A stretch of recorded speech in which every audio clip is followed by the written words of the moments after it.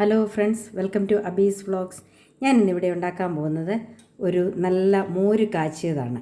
എളുപ്പത്തിൽ ഉണ്ടാക്കാൻ പറ്റുന്ന ഒരു മോര് കറി. ഇത് കണ്ടോ, നല്ല കുറുകിയ മോര് കറിയാണ്. ഇതെങ്ങനെയാണ് ഉണ്ടാക്കുന്നതെന്ന് നമുക്കൊന്ന് നോക്കാം. വീഡിയോയിലേക്ക് പോയാലോ.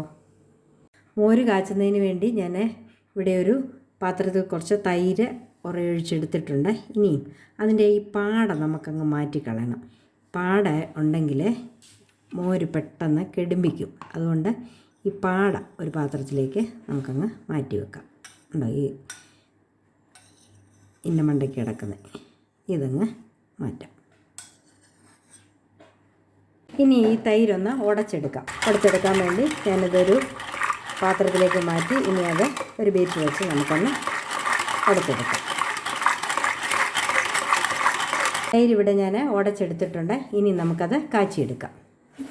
ഒരു കാച്ചുന്നതിന് വേണ്ടി ഞാനൊരു ചീനച്ചട്ടി അടുപ്പേ വെച്ചിട്ടുണ്ട്.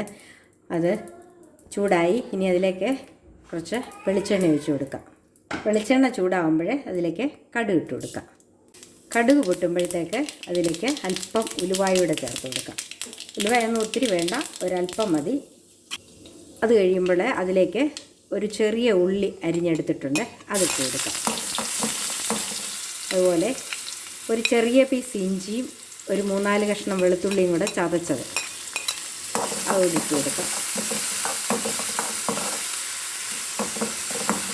അതൊന്ന് ഇളക്കിയിട്ട് അതിലേക്ക് നമുക്ക് ഒരു കണ്ട് കരിയാപ്പില എടുത്തിട്ടുണ്ട്, അതുകൂടി ഇട്ട് കൊടുക്കാം.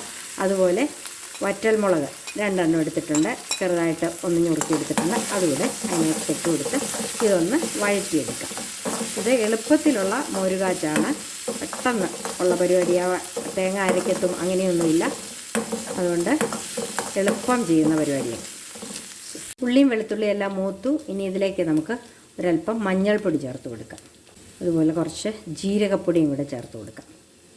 അതുകൂടെ ഒന്ന് ഇളക്കുക. ഇനി തീ ഓഫ് ചെയ്തിട്ട് മോരൂടെ നമ്മൾ അടിച്ചു വെച്ചിരിക്കുന്ന തൈര് അതുകൂടെ ചേർത്ത് കൊടുക്കുക.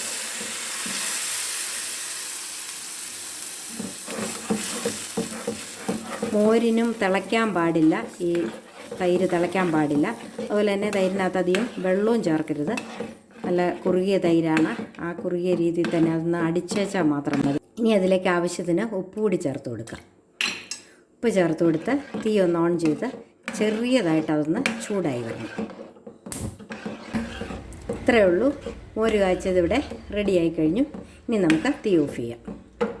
അപ്പോൾ നമ്മുടെ മോരുകറി ഇവിടെ റെഡി ആയിട്ടുണ്ട്. ഇനി ഇതുപോലെ എല്ലാവരും ഒന്ന് ട്രൈ ചെയ്ത് നോക്കണം. എളുപ്പത്തിൽ വെക്കാൻ പറ്റുന്നതാണ്. അപ്പോൾ ഇതുപോലെ ട്രൈ ചെയ്ത് നോക്കണം. എന്നിട്ട് എൻ്റെ വീഡിയോ ഇഷ്ടമായെങ്കിൽ ലൈക്ക് ചെയ്യണം, കമൻറ്റ് ചെയ്യണം, അതുപോലെ തന്നെ ഷെയർ ചെയ്യണം. സബ്സ്ക്രൈബ് ചെയ്തിട്ടില്ലാത്തവർ ഒന്ന് സബ്സ്ക്രൈബ് ചെയ്യണം. ബെല്ലൈക്കൺ ഓൾ കൂടി ഒന്ന് പ്രസ് ചെയ്യണം. താങ്ക്